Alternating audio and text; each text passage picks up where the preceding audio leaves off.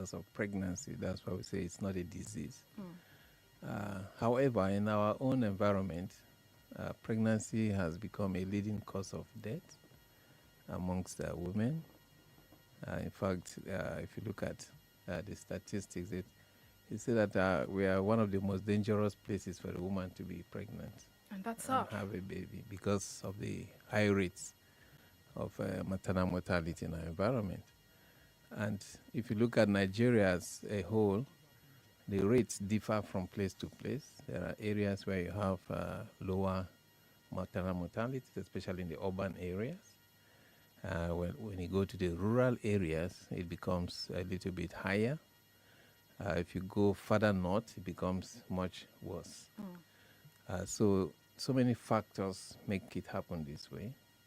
And I think we need to really look at maternal deaths in this country, childhood deaths. And I'm happy that the World Health Organization and the UN generally is focusing on the health of pregnant women, maternal health, and looking at the newborns so that if we can improve the health of mothers, pregnant women, and the health of newborn babies, then there is hope of more women surviving, more children surviving, and there is hope for the future where you have healthier mothers, healthier babies living for their full potential and contributing also to development in their various regions and countries. Okay, so now when you look at from your professional view, what are the most common complications Nigerian women face during childbirth,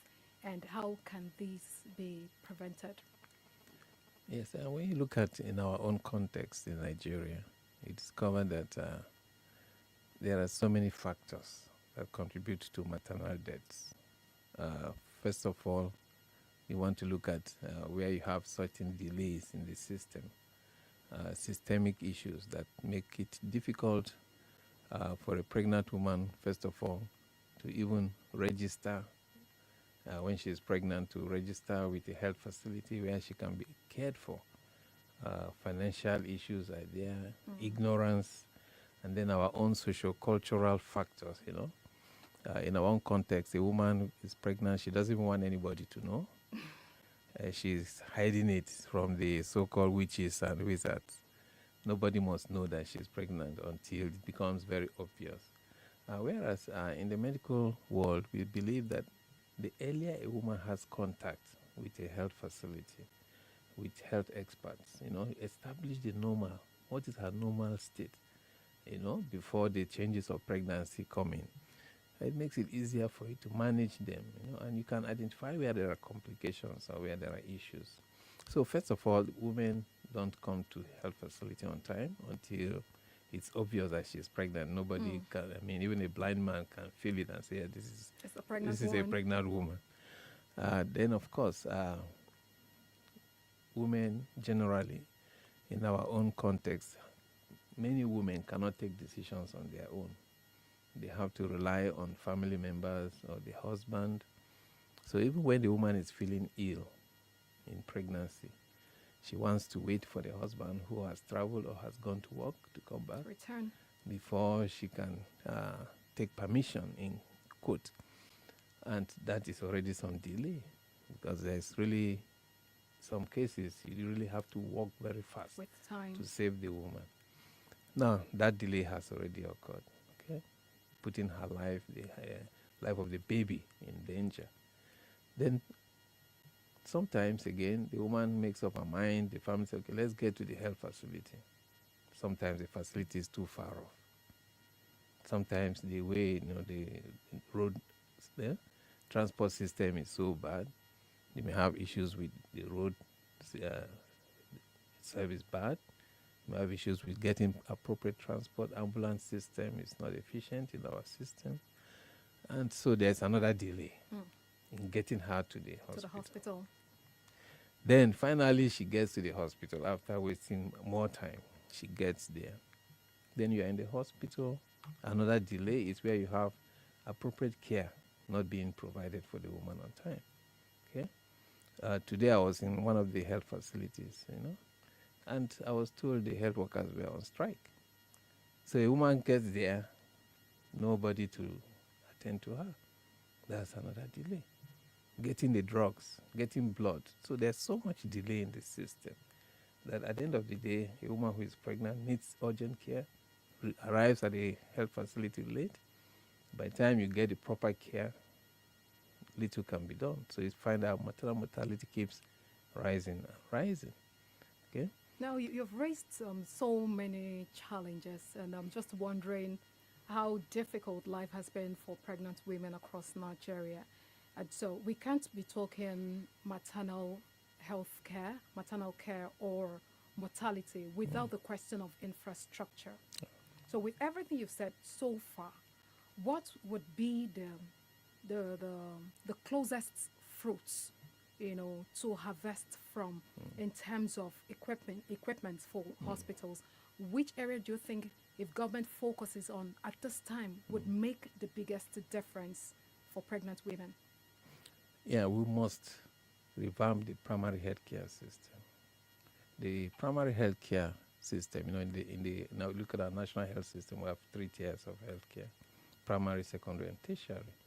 And the primary is the closest to the people, all right? And we have more primary healthcare facilities than any other type of healthcare facility. So, with the close to 40,000 primary healthcare facilities in Nigeria, if you're able to strengthen them, get the basic equipment. Sometimes you go to a health facility, they don't have machine for you to check the blood pressure. The weighing scale is not working. In fact, they can't even check the blood And those sugar. seems to be basic. These are very basic things that should be functioning in any health facility. But sometimes you go to some health facilities, they are just not functional. In most of these health facilities, the human resource is very, very suboptimal. All right, where you need to have probably 5, 6 health workers, different categories: doctors, nurses, midwives, lab scientists. You go and you find just 1 or 2, especially in the primary healthcare sector. And it's a pity, honestly. Your voice sounds sad. Yeah, no, it's really sad because you don't know where to start from. All right, is it with the equipment? Is it with the structure itself? All right, I mean, a woman is pregnant; she wants to put to bed in a decent, clean, healthy environment. Most of these health facilities, you can't even take. If I don't want to speak the words of one of my professors, he won't like it. But it's just the truth. You won't want to take your wife there to have a baby. Okay? So we need to improve on the infrastructure. We need to improve on the healthcare workers. We've been talking about getting skilled care, skilled attendants to attend to pregnant women. That means somebody who knows what to do. What are the right things to do and when? And when you know that there are issues, when do you send to a higher level of care? All right? Are you insinuating that we do not have skilled workers in our hospitals? We don't have enough. Not enough. Not enough. Some places you don't even find them. Okay? There's maldistribution of healthcare workers skewed towards the urban areas. Most health workers want to work and operate around the urban cities. So you get to the rural areas, it's worse off because you don't have. You may see people working in health facilities. It doesn't mean that they are competent or qualified to provide the kind of quality care that a pregnant woman deserves. So you find oftentimes complications arise. Nobody knows what to do. Before anything is done, it's too late. So we must pay more attention to providing skilled care. Pregnant women must be supervised by people who know what to do. Provide quality care and at a cost that the people can afford. Affordable costs. Yes, it's not just enough to put up a fanciful center with people cannot afford it. Okay, so now while Maternal mortality will continue to increase. while we're looking at infrastructure, the question of infrastructure, policies of government also comes into the picture. In terms of policies, how strong are the policies we have regulating or overseeing the health sector, especially maternal and neonatal care? Yeah. The African presidents, heads of states, agreed that they were going to fund health properly. All right? At least 15% of their national budget should be committed to health. As we speak, if you look at what is happening, nobody has gone beyond 6%. Not one African government. No, no, some African countries have done better. But I'm looking at our own national budgets in For Nigeria. Nigeria. Yeah, that's why we are worse off. You look at the maternal mortality, different countries. We are one of the top worst countries, and you cannot engage competent health workers without funding. All right, you cannot keep the infrastructure in top shape without funding. You cannot provide equipment without funding. Many health workers are migrating out of Nigeria, and At an alarming rate. every day you have many health workers resigning or just disappearing. They go on leave and you don't see them again Indefinitely. permanently. So it's appalling. So we must in fact, we have to declare a state of emergency on the health system. At what time do we declare that state of emergency? Because at least within over the last few weeks, that phrase, state of emergency, is one that Nigerians have kind of gotten used to, thanks or no thanks to the Rivers case. In the healthcare sector, Nigeria's healthcare sector, at what point should that state of emergency be declared? And what should be the specifics, specific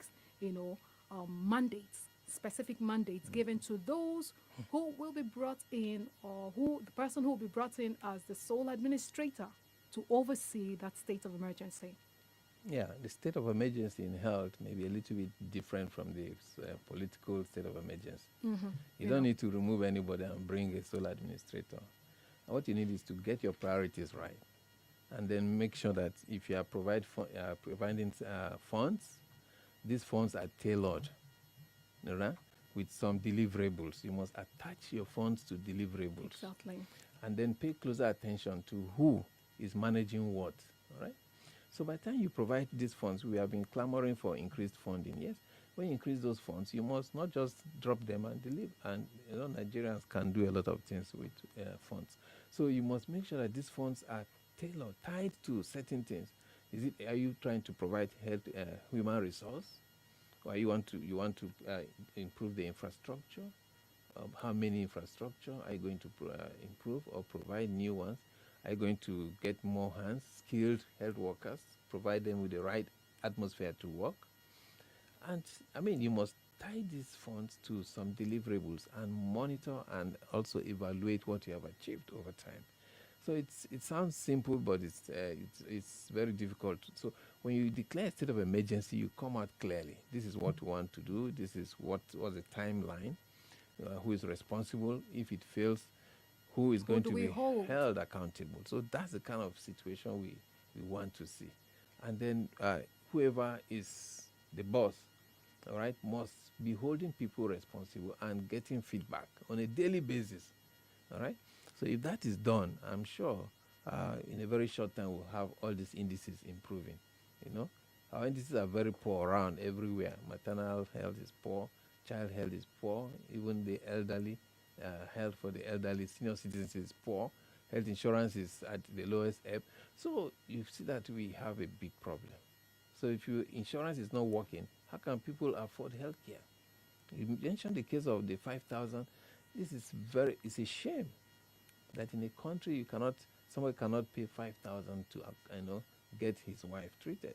But with health insurance, everything is subsidized because you pool resources and you don't need to think about bringing out a penny when you are going to hospital. So why can't we improve the coverage of our health insurance, for God's sake? Now, talking about improving the coverage of our health insurance, quite often when we're having conversations like this, Nigerians tend to drop the bulk on the table, on the desk of the federal government. But we know that we have 3 tiers of government. At the 3 levels of government, the national, that's the federal, the state, and the local level, What specific steps can be taken to reverse the trend of Nigeria having one of the highest maternal mortality rates? For the federal government, what are the specific things that the federal government Mhm. can do?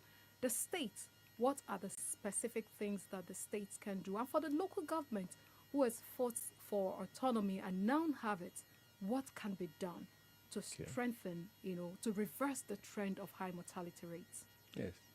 You know that when you talk about the health system, you mentioned the federal, the state, and the local government. The same way that funding is coming, the same way the health facilities have been distributed. So the primary is taken care of by the local government. The state uh, take care of the general hospitals, and the federal government takes care of the teaching hospitals. All right. Each of them has its own specific functions. Tertiary is mainly for specialized care, cancer treatment, research, training. All right, state should provide some higher level of care, surgical care, medical specialized care. While the primary health care takes care of the essential, you know, diseases or the basic diseases, provide essential health care that everybody needs close to where he works and lives. So it's already clearly spelled out for a very long time. If you look at history of primary health care, since 1978, Alma Ata Declaration, everybody knows what to do. On paper, we know what to do. But how do we implement all these Move different, from paper to action. from paper to action? And that's where we want to make sure that if we have this state of emergency, everybody will now focus on his own responsibility and deliver. If the local governments focus on the primary health facilities and make them functional, the states will focus on their general hospitals, specialist hospitals, whereas the federal government will focus on providing super specialty in our teaching hospitals and making them referral centers of repute. You go to a teaching hospital, you cannot find basic things. You go to a general hospital, you cannot find basic things.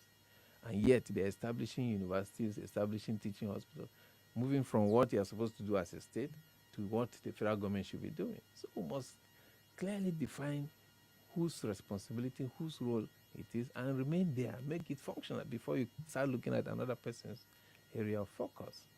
So those are the kind of things we need to sit down. I'm happy the current Minister of Health is somebody who is very experienced. He needs to put all these things together. And above all, make sure the health insurance is working. The world is focusing on universal health coverage now. So I'm making sure that everybody has the kind of quality health care that he needs close to where he lives, where he works, without having to suffer financial hardship. Removing so much from your pocket to pay for health. So you have to think twice. Am I going to pay the rent or school fees or go to the market? So you find health is at the bottom. All right, and that's why we die very easily. Okay, Right? now you talked about universal health coverage. On a scale of 1 to 10, where would you rate Nigeria? How well would you say we're doing? 1 to 10. Which one is the best? Which one is the worst? 1 is the lowest, 10 is the highest. So that's like taking you into your classroom. ah, honestly, I don't think we've gone beyond 3 or 4. That's poor. Of course, very If, poor if, now. if, if it was your student, the person would have to repeat that course. It's the fact you carry over and he's in trouble. He will repeat the course. Where are we missing it? You see, health insurance in Nigeria used to be optional. If you want, you do. If you don't want, now with the National Health, Insurance Act, okay, it has become mandatory. So enforce it now. You say it's mandatory since 2022, and we are in 2025. Have we implemented it? All right. So you need to get all the stakeholders, the states, the local government, and let them know the importance of people having a health insurance, and begin to make it mandatory in the real sense of it. Get the private sector, get people who are self-employed, non-formal sector, talk to them, once they appreciate the importance. There was a time I worked, you know, with some groups and got them, enlightened about, and many people started enrolling in health insurance. So it's about education. You must educate the people. What are the benefits? Okay, when instead of paying hundreds of thousands from your pocket, you pay maybe 12,000, 15,000 a year, and you access healthcare for the whole year. All right, you go for surgery that will cost you hundreds of thousands, and you pay just 10%. So you see, a lot of benefits are there in health insurance. Doctor, since we have you in the studio Yeah. this afternoon, maybe we should also benefit from that session you had with those people. What are the benefits of, registering for health insurance, and how easy is it? Because for some Nigerians, when you tell them, "Oh, go get a health insurance," they feel it's a complicated thing. Or before, if I go there, they'll ask me to pay money and all of that. How easy is it to access it, and what are the benefits?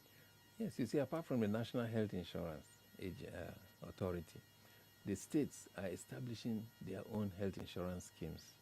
Okay, and this is a way of helping states to come on board.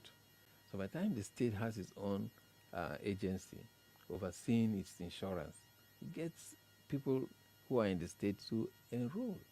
It's the simplest thing you can do, right? And that's why I'm not.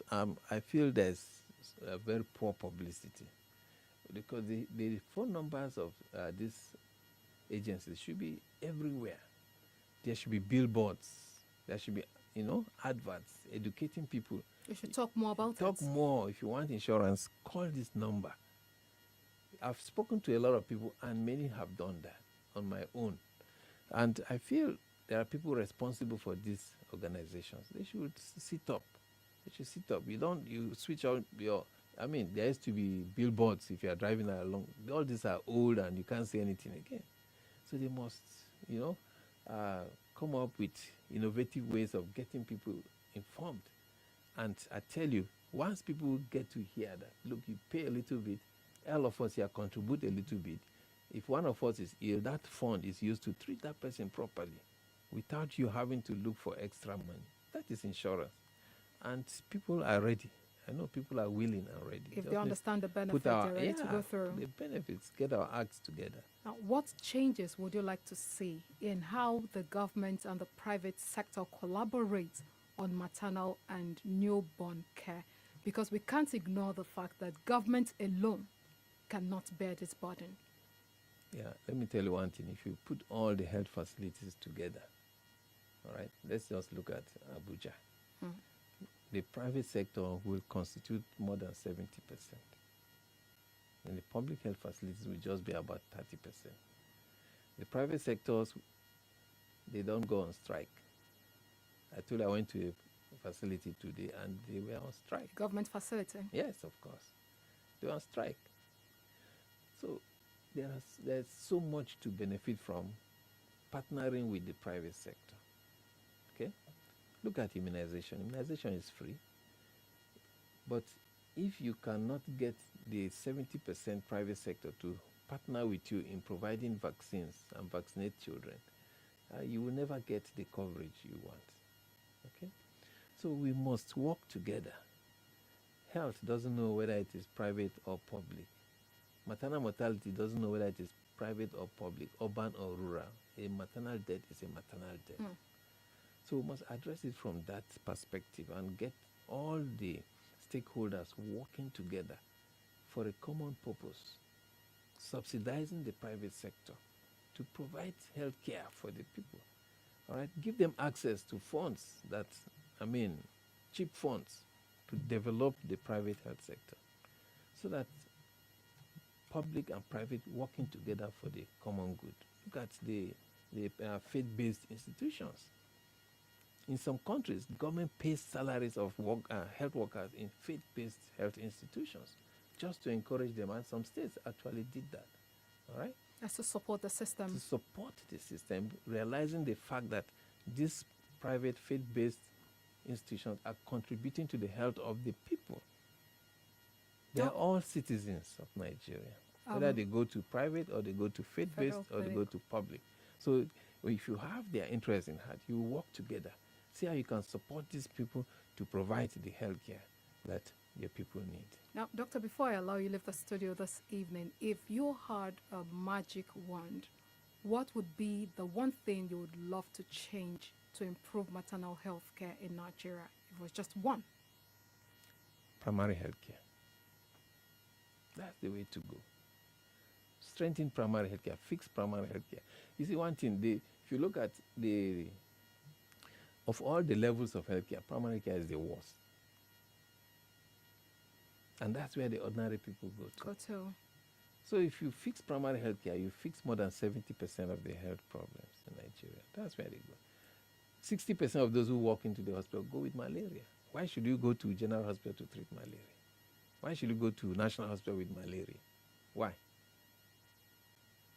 Decongest those places. Strengthen primary healthcare. Let them go there, get treated. So that the other higher levels will focus on what they are supposed to be doing. So primary healthcare is the way to go. Fix it. Fix it properly. Political will. Fund it and monitor what is done with the funds. Track the funds. Give them challenge them. So do not just give them the funds. No. Challenge them, track them, and be sure that the funds are used for the reasons you give them out. Fantastic. Doctor, thank you so much for having this conversation with us. It's been an enlightening conversation today. To every woman listening, your health matters and your baby's life matters. From antenatal care to afterbirth support, don't take chances. Go for your checkups, eat well, ask questions, and most importantly, choose safe delivery options. To government at all levels, let's support Nigerian women. A healthy beginning truly leads to a hopeful future. And to you, Dr. Matthew Ashikeni, consultant and acting head of community medicine, Bayes University, Abuja. Thank you so much for sharing your insights with us today. I will look forward to bringing you back into the studio. Thank you very much, sir. Thank you. I will always be here when you need me. Thank you very much. Thanks. And Abuja, let's keep the conversation going on social media at Montage 99.7 FM. Glad to know you're still tuned to the newsroom coming to you on Montage 99.7 FM. Still ahead, Lagos State government begins investigation into death of a pregnant woman in Lekki. Nigeria's stock market witnessed sharp decline on Monday straight. And in sport, Nigeria indicates interest in 2030 Commonwealth Games. These and more stories after this break.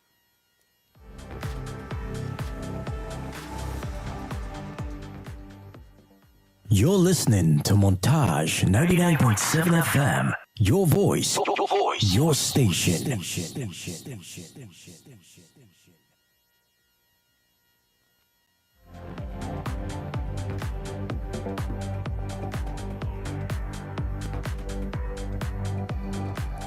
You're still listening.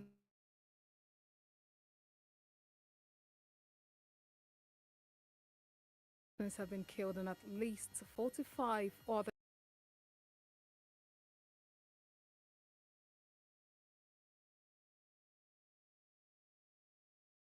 night as armed attackers on motorcycles stormed the community in large numbers, moving from house to house. They operated for several hours before retreating into the forest with their hostages. Executive chairman of the local council, Basiru Musa, confirmed the attack and described it as part of a repeated pattern of assaults in the area. He called on the government to step up efforts to tackle the ongoing security crisis. The Nigerian police in Port Harcourt fired tear gas at protesters today as members of the Take It Back movement gathered at Isaac Borough Park. The demonstrators who arrived at the venue early were met with a heavy police presence as officers ordered them to disperse and reportedly used force when the group refused to leave. Videos circulating on social media platforms shows police officers chasing protesters through the area and beating several of them, including journalists covering the event. The organizers noted that they had informed the police of the planned protest in a letter dated April 3, 2025. They described the demonstration as peaceful and aimed at expressing dissatisfaction with recent developments in Rivers State. Similar protests were held in Lagos, Oyo, and other parts of the country as young Nigerians continue to voice growing frustration over governance and civil rights. The Lagos state government has launched a formal investigation into the death of a pregnant woman in the Bejuleki area after she was denied emergency treatment. The Lagos State Commissioner for Health, Akin Abayomi, confirmed that a panel has been set up to work alongside the Health Facilities Monitoring and Accreditation Agency in determining the circumstances surrounding her death. Abayomi said the government will take legal action against anyone found culpable, adding that no health care facility is permitted to deny emergency care to any patients, especially in life-threatening situations. He reaffirmed the state's commitment to regulating nursing homes and traditional birth attendance as part of a wider effort to strengthen the healthcare system. The Ebonyi State Commissioner of Police, Adaku Uchanya, has warned officers on stop and search duty not to check phones or bank account balances of motorists and road users, describing it as illegal and a violation of privacy. The Commissioner of Police urged the public to report any officer who demands such personal information unless the individual is under criminal investigation. She stressed that no officer has the right to ask for money transfers or access phones during road checks, warning that offenders will be prosecuted. Uchaya, while marking the National Police Day in the state, affirmed transparency in police operations and urged the public to assist in identifying rogue officers tarnishing the image of the force. In business, Nigeria's stock market has witnessed a decline at this week's opening trade as investors lost around 659 billion naira by the close of Monday's trade. The Nigeria Stock Exchange All-Share Index fell by 1.23%.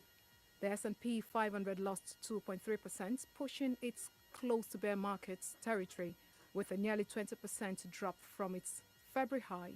The Dow Jones Industrial Average shed 1,015 points, following consecutive 1,500-point losses at the end of last week. The Nasdaq Composite fell 1.9%, extending its decline to 24% from its peak. Markets across Europe and Asia also slumped, with London's FTSE 100 opening over 5% lower to become its worst performance in 5 years, while Germany's DAX dropped 10% in early trading before partially recovering. In Asia, Hong Kong's Hang Seng saw its fourth largest one-day fall on record, and global investors remain concerned about the wider economic fallout from the U.S. tariffs and the escalating trade tensions. The sports team is here with updates.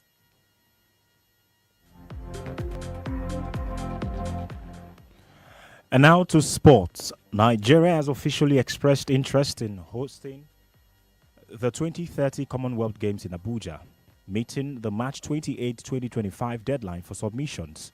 This was confirmed in a statement released by Tony Nezania, Public Relations Officer of the Nigerian Olympic Committee (NOC), following its executive committee meeting on April 3rd in Abuja. While the expression of interest marks a crucial first step, Nigeria's journey to a formal bid hinges on securing the backing of the federal government. According to NOC, this move reflects the nation's ambition to leverage the Commonwealth Games as a platform to highlight its developmental strides, promote its global image, and rejuvenate its sporting culture. The proposed bid is underpinned by Nigeria's previous experience in hosting the 2003 All-African Games, Koja 2003, also held in Abuja, where the country demonstrated its ability to manage a major multi-sport event. The NOC emphasized that hosting the 2030 Games would catalyze significant investments in infrastructure, including the construction and refurbishment of sport facilities, transportation networks, and hospitality services. Beyond the immediate impact, these developments would leave a lasting legacy for both the sporting community and wider public, positioning Nigeria as a capable and progressive player in the international sporting arena. Liverpool captain Virgil van Dijk has offered a positive update on his contract situation, stating that progress has been made in negotiations with the club. The Dutch defender, whose current deal expires at the end of the season, addressed the matter following Liverpool's 3-2 loss to Fulham on Sunday. Van Dijk's comment come at a time when uncertainty looms over the futures of fellow teammates Mohamed Salah and Trent Alexander-Arnold, both of whom also have contracts set to expire in June. Despite ongoing speculation, there remains a sense of optimism among Liverpool fans that Van Dijk and Salah will commit to new terms. Van Dijk, who joined Liverpool in 2018, was appointed captain in 2023, did not provide a definitive answer whether he will remain at Anfield beyond the season. When asked about his future, he said, "I don't know, we will see," emphasizing that the matter is currently being handled internally. Meanwhile, reports suggest that Real Madrid are confident of securing Alexander-Arnold on a free transfer, adding further intrigue to Liverpool's contract situation as the club looks to secure the core of its squad for the future. And to tennis, world number 3 Carlos Alcaraz has opened up about the mental strain of chasing the top spot in the ATP rankings during the absence of current world number 1 Yannick Sinner, who is serving a 3-month doping ban set to end on May 4. Speaking from Monte Carlo ahead of the clay court season and his Roland Garros title defense, the 21-year-old Spaniard admitted that the pressure to capitalize on Sinner's absence significantly affected his game. "A lot of people are asking or are telling me that I have the chance to become world number 1 if Yannick isn't playing," Alcaraz said, "so probably that pressure has killed me in some way." Despite being seen as a leading contender to overtake Sinner during the ban period, Carlos Alcaraz has struggled to make an impact on the court. After claiming his first title of the season in Rotterdam 2 months ago, his form dipped with a quarter-final exit in Doha, a semi-final loss at India Wells, and a surprise first-round defeat in Miami. These results have left him over 3,500 points behind Sinner, with Alexander Zverev also maintaining a comfortable lead in second place, nearly 1,000 points ahead of the Spaniard. Carlos Alcaraz now says he will enter the clay season with a new mindset, focusing on enjoying his game rather than chasing ranking points. And that's the sport update from the Sport Desk.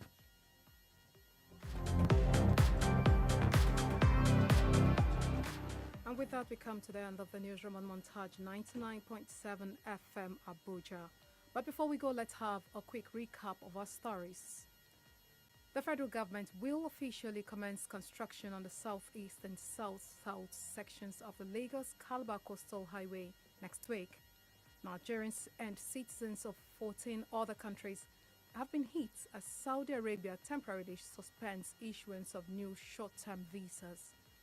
The Lagos state government has launched a formal investigation into the death of a pregnant woman in the Ibeju-Lekki area.